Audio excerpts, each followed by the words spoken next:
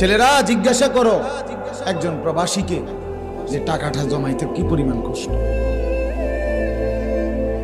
কলজাটা মাটিতে লাগিয়া যায়।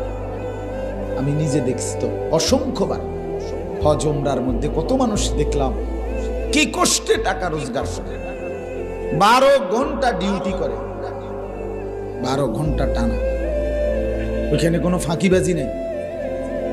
12 ঘন্টা ডিউটির পরে হোটেলের নিচে, বিল্ডিং এর নিচে, আন্ডারগ্রাউন্ডে একটা রুমে 12 জন 14 জন একটা সাদ্দুর বিছাইয়া মাটিত শুয়ে, নিজেরা রাইন্দা খায়, নিজের জামা কাপড় নিজেরা ধোয়, একটা ট্যাবলেট।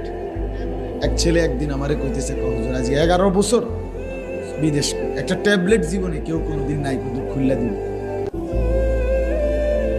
সব নিজেরটা নিজে করতে হয় হুজুর। কত সময় জ্বরে, মাথা ব্যথা, এই পাশ ও পাশ